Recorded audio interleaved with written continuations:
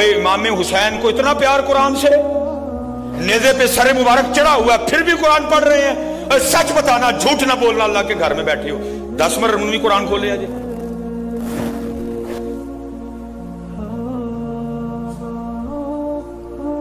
ये है प्यार। फिर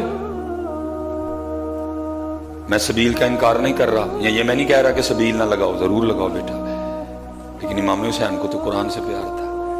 अगर इमाम हुसैन को इतने पानी से प्यार होता तो एक बार इशारा करते फुरात आपके कदमों में आ जाता। इमाम हुसैन को तो सजदों से प्यार था। इमाम हुसैन को तो कुरान किथे है, कुरान है।